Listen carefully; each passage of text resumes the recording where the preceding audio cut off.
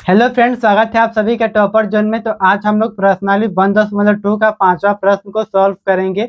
इससे पीछे जो जो प्रश्न है उन सभी प्रश्नों को अच्छे से सॉल्व किया है। तो चलिए 5वें प्रश्न को सॉल्व करते हैं। सबसे पहले प्रश्न को अच्छे से समझते हैं। तो हम लोग का प्रश्न है, जांच कीजिए कि क्या किसी प्राकृतिक संख्या n के लिए संख्या 6 के पावर n अंक पर 0 समाप्त हो सकती है। तो संख्या हमें दिया है तो इसे लिखेंगे 6 के पावर n। तो हमें संख्या क्या है, 6 के पावर n, और जहां जहां n क्या है, प्राकृतिक संख्या। क्या है? प्राकृतिक संख्या। संख्या संख्या तो प्राकृतिक संख्या किसे कहते हैं? वैसी संख्या जो एक से स्टार्ट हो, जैसे कि 1 2 3 डॉट डॉट अनंत तक चली जाए। तो हमें क्या बोला है, 6 के पावर n, यानी कि 6 के पावर n। यहाँ n का मान ऐसा रखना है जो कि लास्ट में यहाँ पर 0 बना दे, यानी कि यहाँ पर 0 बना दे। तो 0 कब बनाएगा? 0 कब बनाएगा? जब 2 और 5 हो, 2 गुणे 5 हो, 2 गुणे 5 हो, तब हम लोग का 0 बन सकता है। वरना अगर ए कम से कम एक बार भी आ जाता है, अगर 6 का अभाज्य गुणनखंड करेंगे कम से कम एक बार भी आ जाता है, तो हमें यहाँ कोई भी संख्या रखेंगे तो 0 आ जाएगा। जैसे कि हम लोग अगर 30 लेकर चलते हैं, अगर 30 का अभाज्य गुणनखंड करेंगे, अगर ए 2 गुणे 5 आता है तो इसका 30 के जगह पर कोई भी रखेंगे तो 0 आएगा ही। n का मान कोई भी रखेंगे तो 0 आएगा। तो 30 का क्या करते हैं, अभाज्य गुणनखंड। 2 से जाएगा 15 बार में, और 3 के पारा में जाएगा कितने बार में? 5 बार में, और 5 जाएगा 5 से 1 बार में। तो हाँ, तो हमें 30 का अभाज्य गुणनखंड क्या क्या हुआ, 2 गुणे 3 गुणे 5। तो हमें 2 और 5 मिला, तो हमें लास्ट में 0 है। अगर 30 का होल स्क्वायर भी करेंगे तो हम लोग का ये लास्ट में 0 ही आएगा, क्योंकि 3 0 होने के लिए 2 और 5 होना जरूरी है। तो उसी प्रकार हम 6 का क्या करेंगे, अभाज्य गुणनखंड करेंगे। तो यहाँ पर लिखेंगे 6 के पावर n का अभाज्य गुणनखंड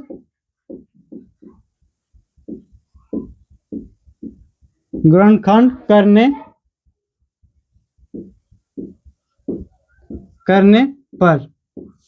तो आइए 6 के पावर n का क्या करते हैं, अभाज्य गुणनखंड, और चेक करते हैं। 2 और 5 कम से कम एक बार भी आ जाएगा ना, तो हमें 0 लास्ट में मिल जाएगा। तो आइए करते हैं 6 का अभाज्य गुणनखंड। यहाँ पे लिखेंगे 6 के पावर n। अगर 6 का अभाज्य गुणनखंड करेंगे तो क्या आएगा, 2 से कटेगा 3 बार में, और 3 एक बार में कटेगा। तो यहाँ पर लिखेंगे 2 गुणे 3 के पावर n। अब देखिए हमें 2 और 3 मिला, ना कि 5 मिला। अगर यहाँ पर 5 होता तो हम लोग कह सकते थे कि अगर n का मान कोई भी रखें तो यहाँ पर 0 आएगा। तो हमें नहीं मिला तो हमें 0 आएगा ही नहीं। तो यहाँ पर लिखेंगे हम लोग, लिखेंगे क्या लिखेंगे हम लोग, तो हम लोग जानते हैं, हम जानते हैं कि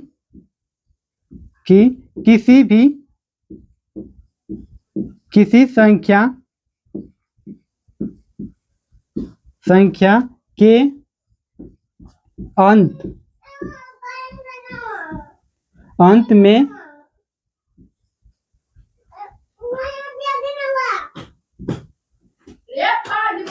में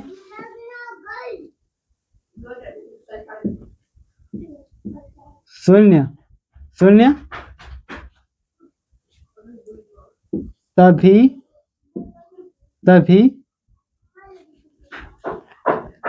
तभी आता है।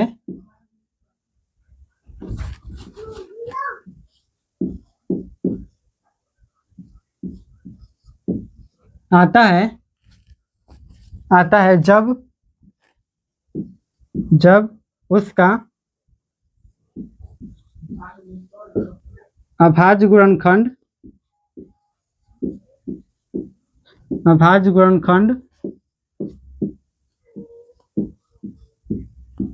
करने पर 2 और 5 शामिल हो, शामिल हो हो। तो हमें 2 और 5 नहीं आया है, तो इसके नीचे लिखेंगे जस्ट अतः, अतः 6 के पावर n के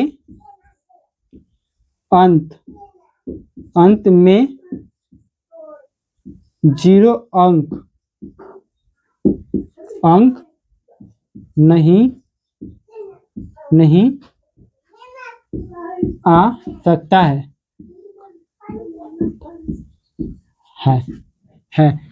यानी कि हमें कब 0 मिलेगा, जब 2 और 5 शामिल हो। यानी कि 6 का अगर अभाज्य गुणनखंड करते 2 और 5 आता तो हमें 0 मिलता, तो हमें 2 और 5 आया ही नहीं, तो हमें मिलेगा ही नहीं। तो चलिए अब छठा प्रश्न को शुरू करते हैं। तो इसका आप लोग फटाफट स्क्रीनशॉट ले लीजिए।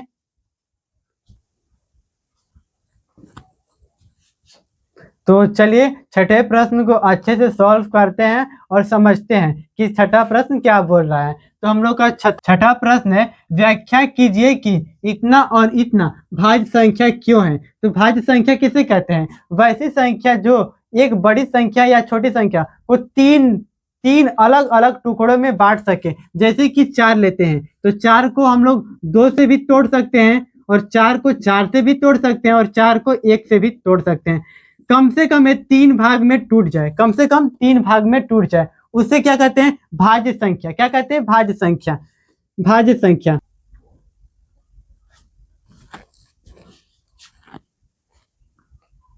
तो चलिए छठे प्रश्न को सॉल्व करते हैं और इस प्रश्न को अच्छे से समझते हैं। तो हम लोग का छठा प्रश्न है, व्याख्या कीजिए कि इतना और इतना का भाज्य संख्या क्यों है। यानी कि भाज्य संख्या किसे कहते हैं? वैसी संख्या जिसका टुकड़ा करें तो 3 भाग में टूट जाए। जैसे कि अगर 4 लेते हैं तो 4 किससे कटेगा? 4 से भी, और 4 2 से भी कटेगा, और 4 1 से भी कट जाएगा। यानी कि 3 भाग में टूट जाए, ए भी और ए भी। और एक चीज आपको पता होना चाहिए, भाज्य संख्या की सबसे छोटी संख्या 4 होती है। ये ऑब्जेक्टिव में पूछता है, तो इसे आप लोग याद कर लीजिए। तो चलिए प्रश्न को सॉल्व करते हैं। तो हम लोग का क्या है? 7 गुणे 11 गुणे 13 प्लस 13, और इसे सॉल्व करना है। अब देखिए ए एक टुकड़ा हो गया जो कि गुणा में और प्लस में, तो इसमें भी 13 है और इसमें भी 13 है, तो 13 को कॉमन ले सकते हैं। तो आइए कॉमन लेते हैं। यहाँ पर लिखेंगे 13 और इसको लिखेंगे 7 गुणे 11 गुणे 1 प्लस 1। अब देखिए इसका इसमें करेंगे गुणा 13 ही आएगा, और इसका इसमें करेंगे तो 13 ही आएगा। तो इसमें कोई, तो इसको लिखेंगे 13 और इसको गुणा करेंगे 7 में और 11 में, तो हम लोग का आएगा 77 प्लस 1, और इसको जोड़ेंगे तो हो जाएगा हम लोग का 13 गुणे 78 गुणे 1। अगर इसमें 1 का गुणा करेंगे तो कोई फर्क नहीं पड़ेगा। हमने क्या बोला था? जिसका 3 टुकड़ा हो जाए, तो इसका कम से कम 3 टुकड़ा हो जाए, तो इसका 3 टुकड़ा हो गया। यानी कि एक क्या है? भाज्य संख्या है। ए भाज्य संख्या, यानी कि ए भी अब भाज्य संख्या है। तो इसे क्या लिखेंगे यहाँ पर?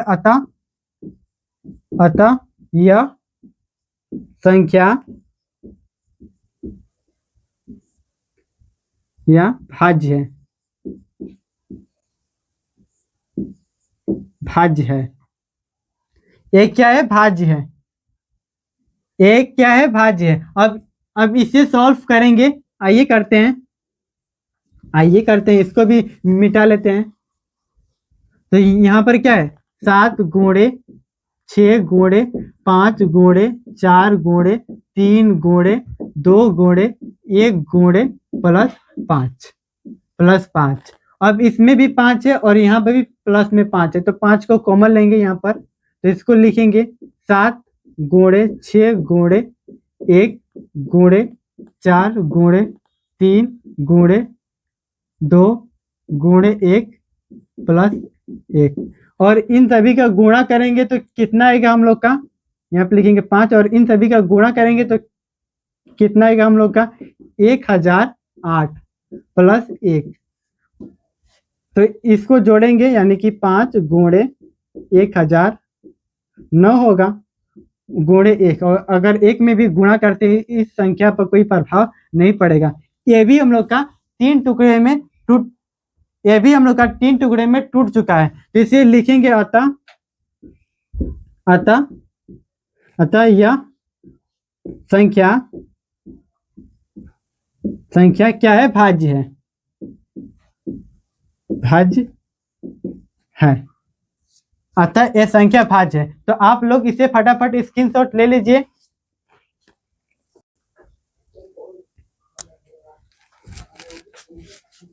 तो चलिए 7वां प्रश्न को शुरू करते हैं और इस प्रश्न को बहुत ही अच्छे से समझते हैं। तो हम लोग का प्रश्न है किसी खेल के मैदान के चारों ओर एक वृत्ताकार पथ है। इस मैदान का एक चक्कर लगाने में सोनिया को 18 मिनट लगता है, जबकि इसी मैदान का एक चक्कर लगाने में रवि को 12 मिनट लगता है। मान लीजिए वे दोनों एक ही स्थान और एक ही समय पर चलना प्रारंभ करते हैं, एक ही दिशा में।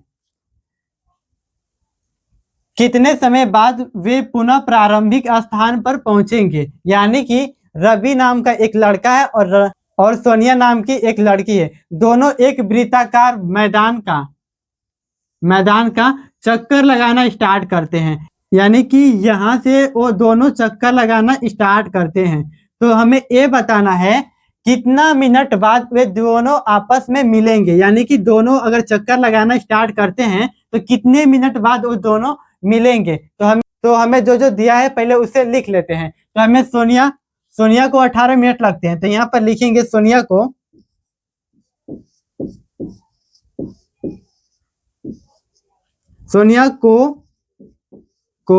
एक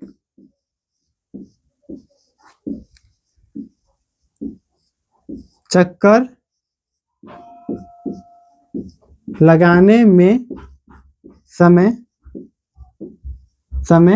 कितना लगा है? 18 मिनट। तो यहाँ पर लिखेंगे 18 मिनट। तथा रवि को एक चक्कर लगाने में समय कितना लिया है? 12 मिनट। यानी कि सोनिया नाम की लड़की है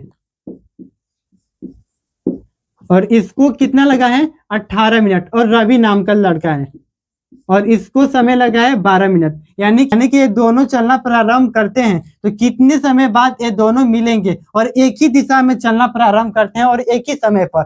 तो हम इन दोनों का क्या करेंगे? 18 और 12 का क्या करेंगे? अभाज्य गुणनखंड करेंगे और अभाज्य गुणनखंड करने के बाद एलसीएम निकालेंगे। तो चलिए सबसे पहले हम लोग 18 और 12 का अभाज्य गुणनखंड करते हैं। तो यहाँ पर लिखेंगे हम लोग 18 और इसका क्या करेंगे? अभाज्य गुणनखंड करेंगे। 2 से जाएगा 9 बार में। अब 9 को 3 से तोड़ेंगे 3 बार में, और 3 क्या है? अभाज्य संख्या है तो 3 खुद से कटेगा। कितने बार में? 1 बार में। और अब क्या करेंगे? 12 का क्या करेंगे? अभाज्य गुणनखंड करेंगे। तो यहाँ पर लिखेंगे 12, इसका क्या करेंगे? अभाज्य गुणनखंड। तो आइए करते हैं। ये जाएगा 2 से, कितने बार में? 6 बार में, और 6 भी 2 से ही कटेगा, 3 बार में। यहाँ पर लिखेंगे 3, कितने बार में? 1 बार में। अब हमें क्या ज्ञात करना है? एलसीएम। क्या ज्ञात करना है? एलसीएम। तो एलसीएम ज्ञात करने के लिए क्या करते हैं? जो संख्या कॉमन होता है पहले उसे लिखेंगे। तो इसमें चेक करेंगे कौन कौन सी संख्या कॉमन है। तो इसमें भी 2 है और इसमें भी 2 है, इसमें भी 3 है, इसमें भी 3 है। तो सबसे पहले इसको लिखेंगे। ये 2 बार है तो कॉमन वाली संख्या को सिर्फ 1 बार लिखते हैं। कितनी बार? 1 बार। तो इसे क्या लिखेंगे? ये 2 बार है, यानी कि 1 18 में भी है और 12 में भी 2 कॉमन है। तो इसे बस 1 ही बार लिखेंगे, 2 गुणे 3। अब देखिए, अब जो संख्या कॉमन नहीं है उससे लिखेंगे। तो कौन कौन सी संख्या कॉमन नहीं है? 3 है और 2 है, तो इसको भी लिखेंगे 3 और 2, और इन चारों का गुणा करेंगे तो कितना आएगा हम लोग का? 36। तो यही हम लोग का 36 मिनट लगेगा। 36 मिनट लगेगा। यानी कि सोनिया और रवि चलना प्रारंभ करेंगे एक ही दिशा में और एक ही समय पर। तो 36 मिनट के बाद वो मिल जाएंगे। कितने मिनट के बाद? 36 मिनट के बाद।